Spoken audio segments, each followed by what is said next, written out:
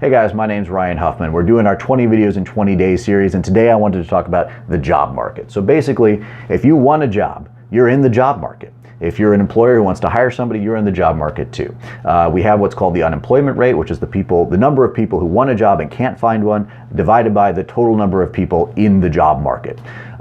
So there's a couple of different ways that we can look at the job market, and it actually makes a really big difference in terms of how we craft policy, the assumptions you make about how the job market works. Republicans and Democrats tend to have a very different perspective on this, and this is causing all sorts of problems throughout our economy. So I thought the easiest way to understand the difference between how Republicans look at the job market and how Democrats do is to put it in terms that Harry Potter could understand.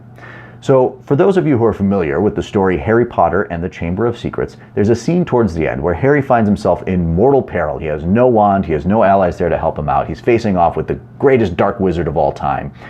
And the only way he's able to save himself is he shows such extreme loyalty to the great wizard Albus Dumbledore that the Sword of Gryffindor magically appears. He proves himself worthy of the sword, it magically shows up for him.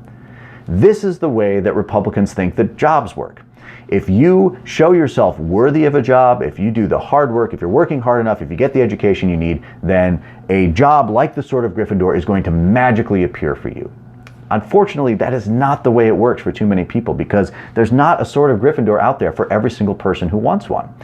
The way this actually works, the way the job market actually works, is much more similar to Golden Snitches.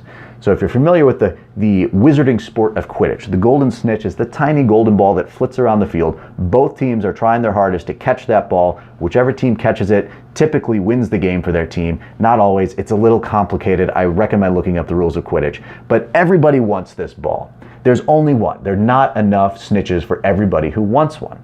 This is the way the job market actually works. Only one person is going to catch the snitch. The other person isn't. And typically it's not about who's working hardest. It's about who had enough money to buy the fastest broomstick, who was lucky enough that the snitch just showed up closer to them when they started. These are the things that affect whether you catch a job too. If you're born in the right place, if you're born into money, if you're born into a family that has connections with people who are looking to hire people. This is how you actually find a job. It's not based on how hard you work. So why does this matter?